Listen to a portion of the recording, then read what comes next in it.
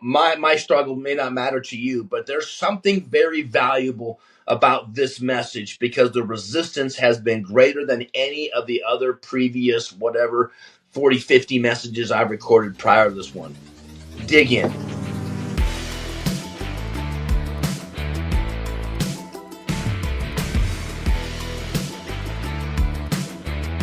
Welcome to the Man Maker Show. This is where weak excuses die and men of all ages are held accountable to rise stronger, bolder, and fearless. Grit, ambition, and authenticity are not optional. They are the price you pay to become the man you are meant to be. If you are ready to face the fire, take charge, and own your future, then your journey starts here. And now your host, Brad Wolgamott. Hey, welcome back to the Man Maker Show. Hope you're doing incredible. Be Rad coming to you once again. Oh man, this is going to be maybe the best message we've ever done. And I say that because it's been the most difficult message to ever get recorded. We have had all kinds of technical difficulties, background buzzing, interruptions. I think I'm going on 13 hours to get this sucker done. So hang in there with me. Lean in with me if you would, please. This message is a little bit different in that I'm not going to challenge you here. I'm not going to insult you like maybe I have in the past. I don't really think it's insulting, but, just kind of coming at you saying, let's go, man. Let's step up. Let's be better. This is really more of building part of your COL, we'd call it, your Council of Leaders. I really believe that to be a man, a good man, a quality man, a man that can defend your family, a man that can provide for your family, a man that can discipline your children properly, a man that can support your wife through challenges, a man that can go through the aging of their parents and the ultimate loss of your parents, the process of becoming a grandparent. If you want to be a great man, it's a multifaceted thing, and I'm a strong proponent that you have to surround yourself with people that will help you become that man. I don't know if there's a real truth to the self-made man. I mean, there are people that have risen themselves from extreme struggle to a lot of success, but inevitably they've had a financier, they've had a lawyer, they've had a father figure, they've had a mentor, they've surrounded themselves with people that have really helped them get where they're going to get. So today I'm going to talk about the proper association. And I say proper, I'm not judging what of the you do or don't do, but let's just talk about three types of association groups of men that are going to be really a major part of your life. I think this is an area most people miss because they're not intentional about it. I think we think it's just going to naturally happen. I don't know about you, but I've moved, 4 times in the last 15 years. And each time I've moved, I've had a new neighbor and I had a new place that I hung out and a new best friend. And now I'm living in a town where I've lived here for 5 years, something like that, 4.5 years. And I have a new group of friends. And the ones that I had that I thought were my best buds and bros and for life are virtually gone. There's only one or two or three of them that are real out there, that are involved in my life on a regular basis. So intentionality to create these friend groups is really crucial. And I'm a big advocate, and I think I said this before, that show me your mentor, I will show you your future.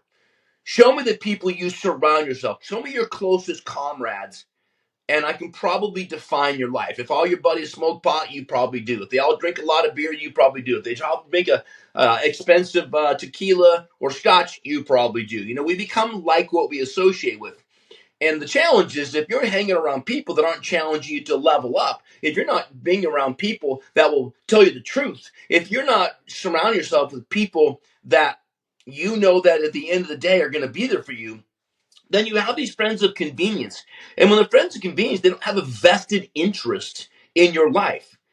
In other words, their advice to you doesn't really matter because they're not going to be with you 5, 10, 15, 20 years from now, where the fruit of the decisions that you're making based upon their input plays in. And that's a real problem. And so I'm a big advocate that you need to surround yourself with 3 friend groups. And the first one I'm calling your C3. And I'm going to make this into 3 messages, so I don't think it'd be appropriate to cover them all quickly. And your C3 is your three criticals. And I'll get into the definition of those three in a minute. The second group is what I'll call your Palm 6.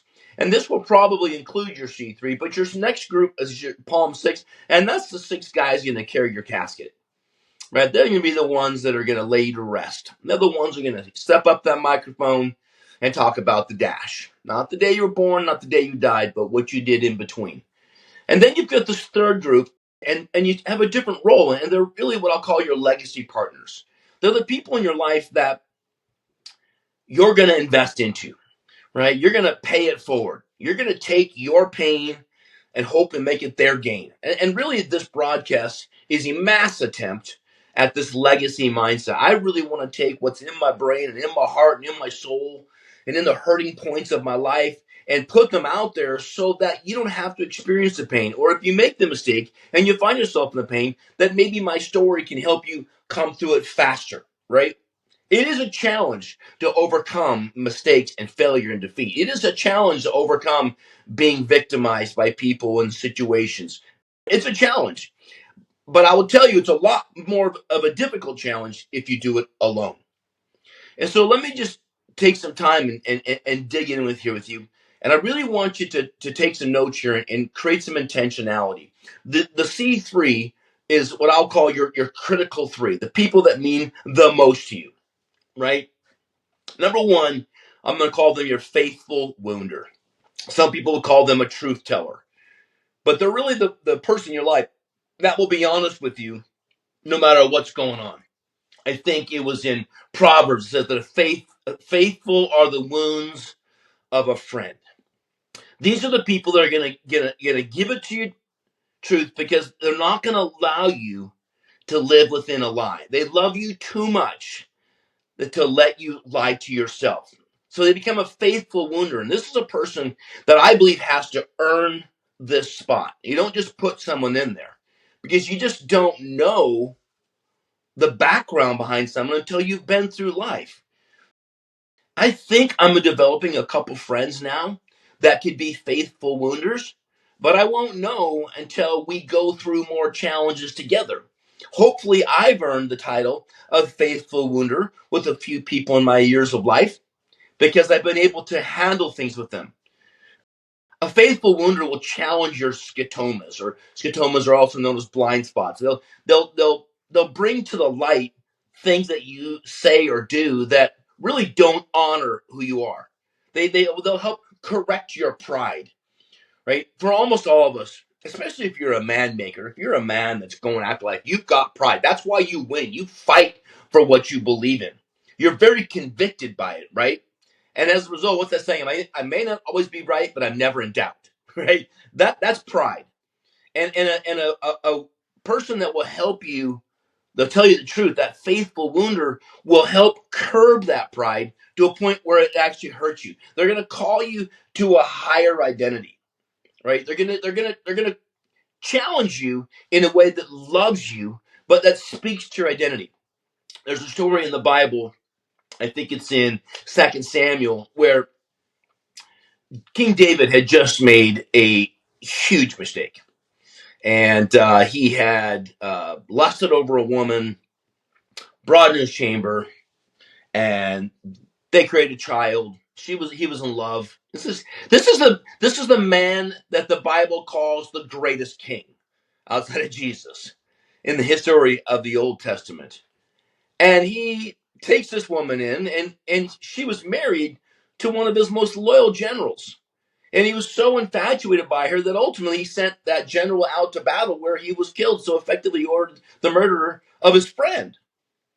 And Nathan comes in and says, "Bro, I'm gonna 2025 before you, bro.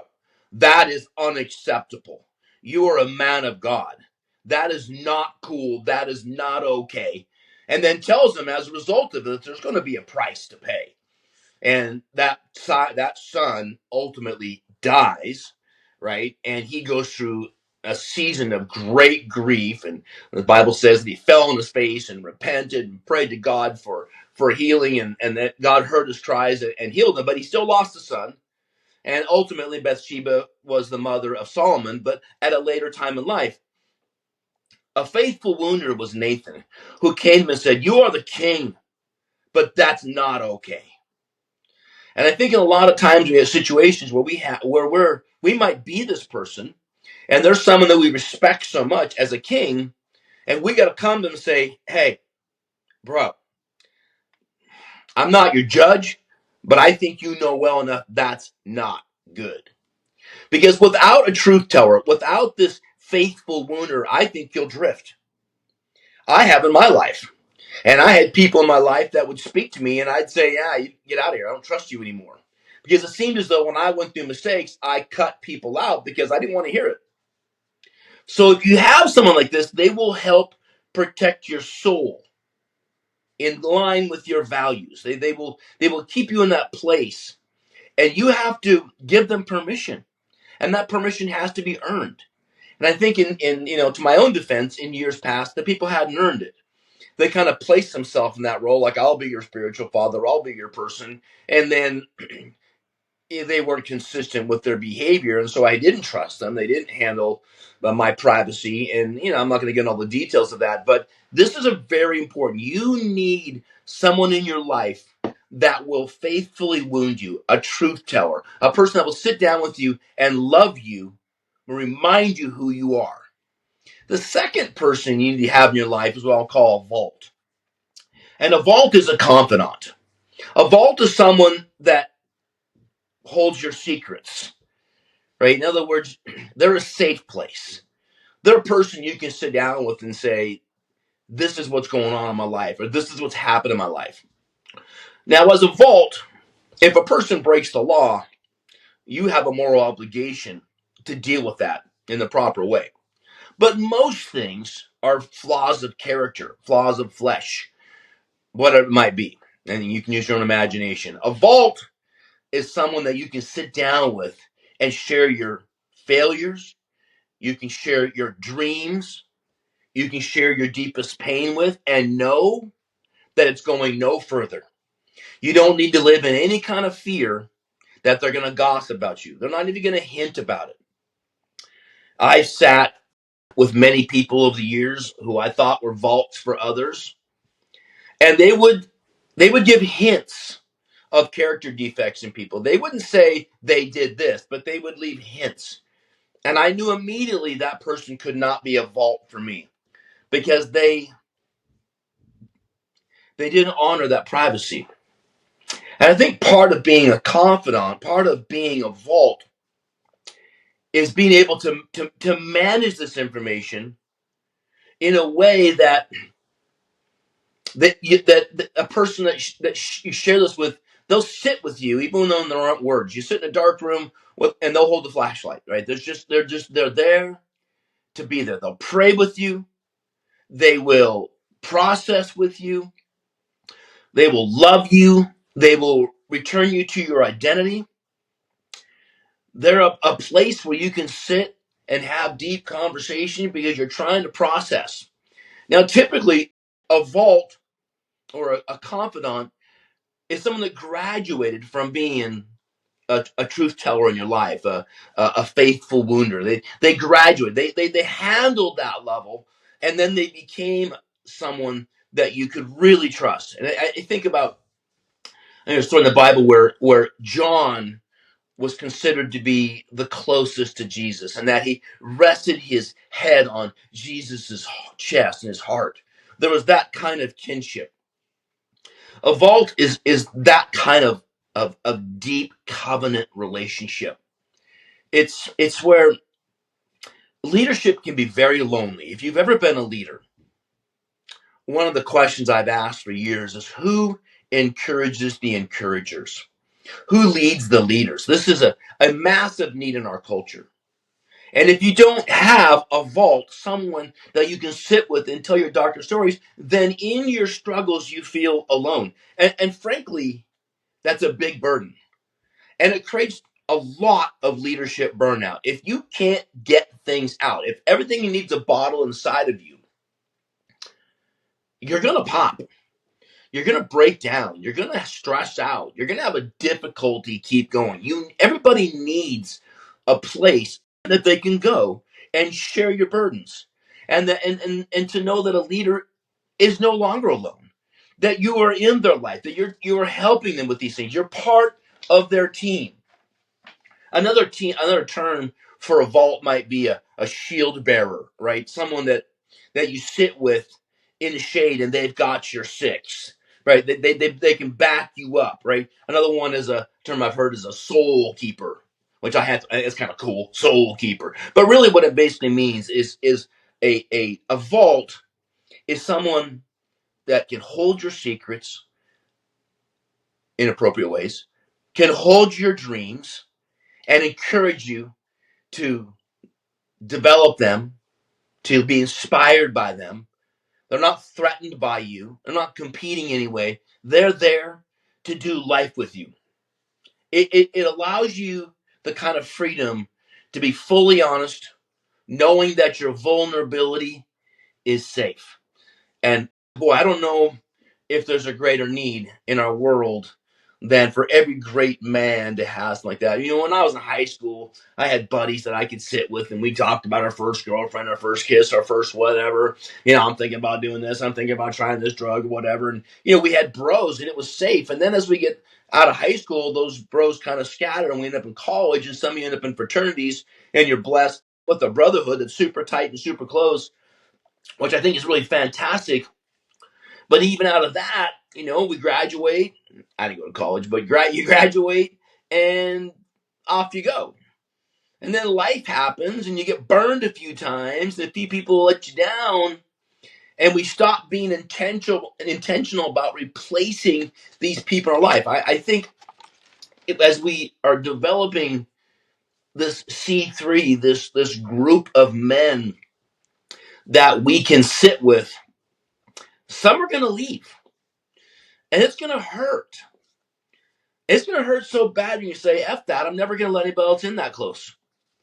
And as a result, the enemy divide and conquer gets you into a place where he can smash you and attack you because you're all alone, right? If you don't have someone that can tell you the truth, that can be that wounder in a loving, godly way, if you don't have that confidential vault, then you get stuck. And then sometimes what happens is you're so stuck, you're like, screw it, I'm just going to go out and do my thing. I'm going to rebel. So you need this third friend that's going to really help you come online here. And that we'll call your ride or die. I was on a conference call with a good friend of mine the other day. His name's Brian James up in Alaska. Super rad guy. And he was using the term ride or die. And then about 4 days later, a good friend of mine got married. And I was blessed, Shelley and I were blessed to be able to go to the wedding. And the new wife said, I'll be your ride or die partner. You are my ride or die. And I'm like, whoa, twice in like 4 days, I heard that term. And I like it because it's one of those, I don't know, a guy thing.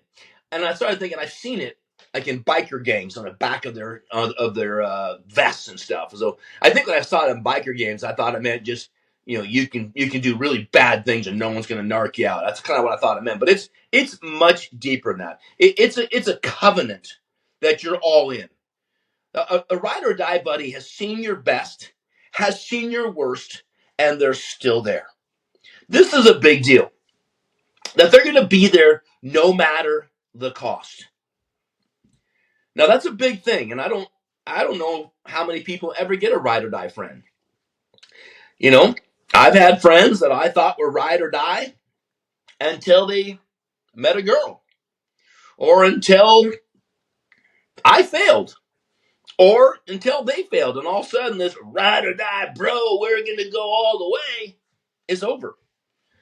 So you have to, you got to be the person that you're looking for someone to know when you have found the person that's going to be your ride or die human being.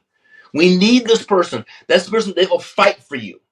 They will fight with you. And I don't mean like fighting against you. I mean like they're on your team.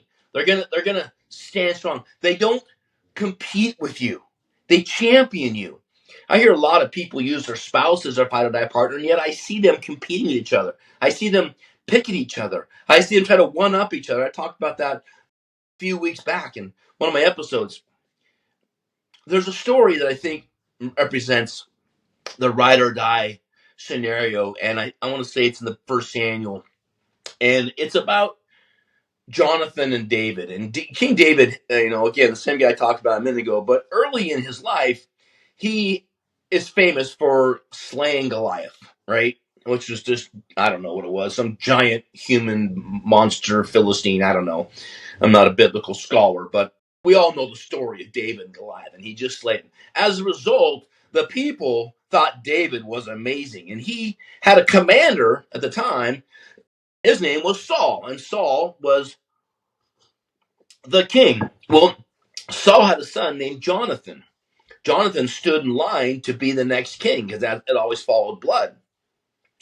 But Jonathan believed in his heart that David was going to be the next king. Now, this is a tough one because now we're talking about loyalty to father and then loyalty to this new warrior, but he followed God's prompting so strongly that he became a ride or die brother for King David, to a point where he was going to say, one day you will be king and I will be by your side. In other words, he was willing. He gave him his shield, his sword, everything. He's willing to say, I believe so strong in this relationship that you're going to be king and I'll be by your side. Now, if you know anything about history, everybody wanted to be the king, unless they were smart to know that it's a horrible place to be. But, because we've been ego, pride-driven humans for so long, everybody wanted to be the king. Well, Jonathan was smart enough to know that that would probably be a bad choice. And so he was willing to give up his birthright to be king to be a loyal friend. If we could find someone, now that's an extreme story, right? But if we can find people in our life that are covenant friends, that are willing to be your friend regardless of the cost. You see, we don't need friends in success. We need friends in failure, right?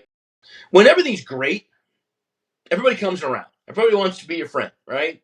You buy the sushi dinners, you buy the cocktails, you have the private jet, you take people around, right? Well, I've been in those situations. Everybody wants to be a friend. But when the fit hits the shan and things don't go so well, they scatter. Why? Because they weren't with you for covenant. They were with you for convenience. They were not ride or die. They were not vaults. They were not the people that would tell you the truth and be that wounder that helps you recognize that you're outside of the truth of your life.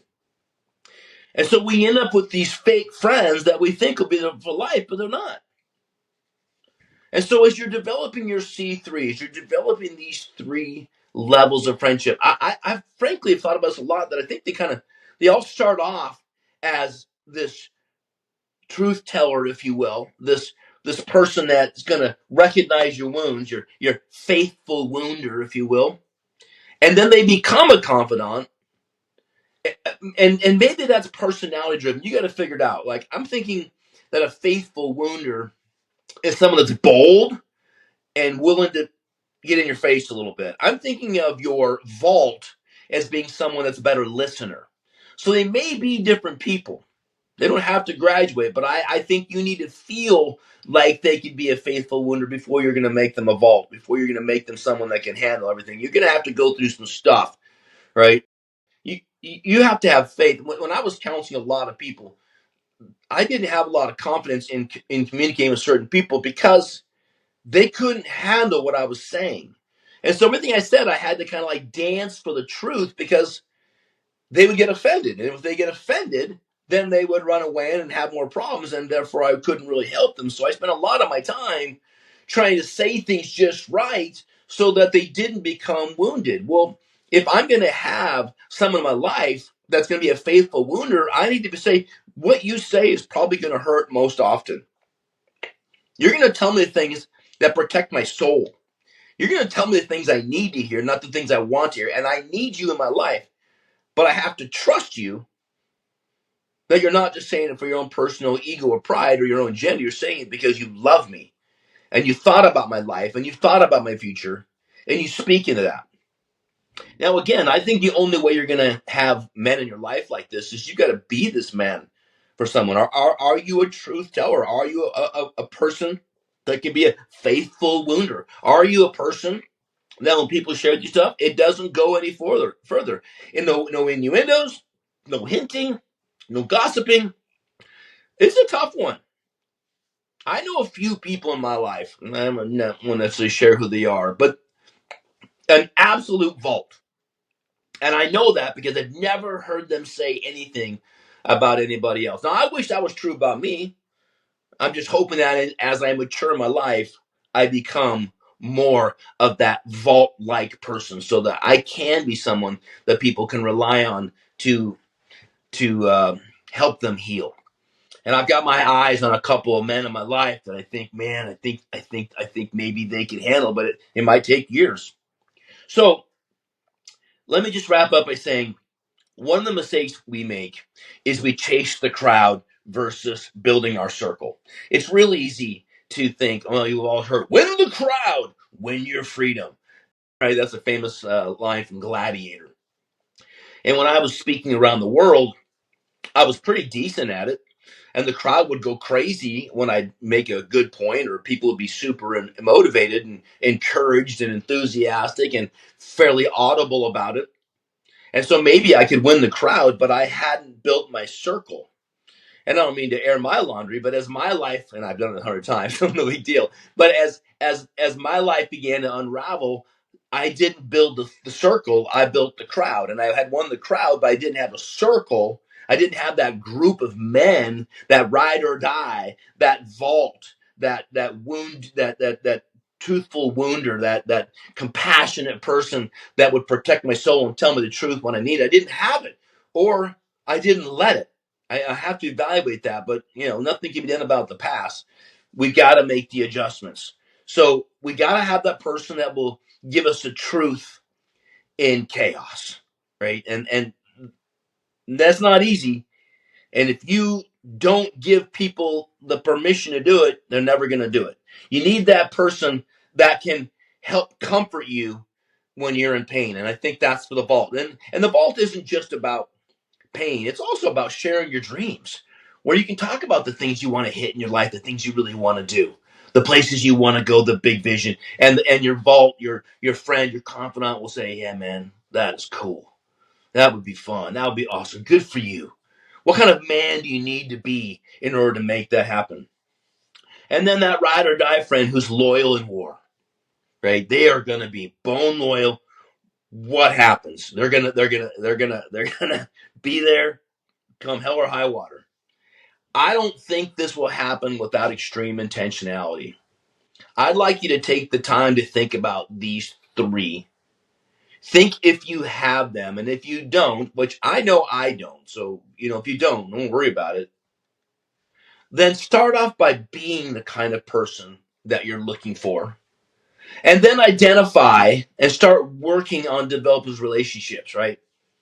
I meet with guys a lot, and for some reason, I get labeled as kind of needy, or I get labeled as very intentional, or I can get labeled as, what's up? And in reality, I know the value, the importance of these relationships. And I know that my clock's ticking. If you're 25, 30, 35 in this message, man, get them now. So you got 10, 15, 20, 30 years before you get up to my area, and you're wondering, are you ever going to find them? I mean, the Palm 6 we can find. The 12 disciples, the 12 people you're going to pour into, you never do where you start there. But those might happen at a later time in life when you've developed enough significant success that people want to know what you know. But nonetheless, it's never too early to develop people that will ride with you in tragedy, that will tell you the truth when you need it, and that will sit with you and listen without judgment, without fear of gossip. It's never too early to develop that. And I think it's about having intentional conversation around these types of explanations, these definitions, these covenants, so that when you're looking at that person, you say, this is what matters to me. This is what I'm looking for. Right? And don't say, can you be that person for me? Because people will identify themselves through their actions. So I really hope that you'll dig in. This message has been incredibly challenging to get out. Technologically, the computer's crashed like 7, 8, 9, 10 times. 12 hours in the making of trying to develop the content and working through all the different technical things.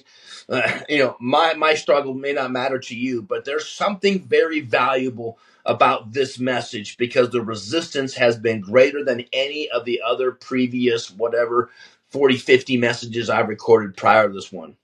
Dig in. Develop your C3. We'll talk later about your Palm 6. We'll talk later about your 12 disciples or 12 people that you're mentoring, your legacy partners. But right now, I want you to identify, do you have these 3 men in your life? And if not, make a note, put it on your steering wheel, put it somewhere and say, let's go find these men. They're out there. They're out there. But you got to be the kind of person before you can find that kind of person. All right? I love you. Let's go. Let's be great men. Let's make men. Let's continue to fight the fight. Know that all great things take a struggle. If it was easy, it probably wouldn't be worth it. Probably wouldn't be any big deal. So with the challenge, the greater the challenge, the greater the upcoming reward. All right. Be rad. Out, man maker. Let's go.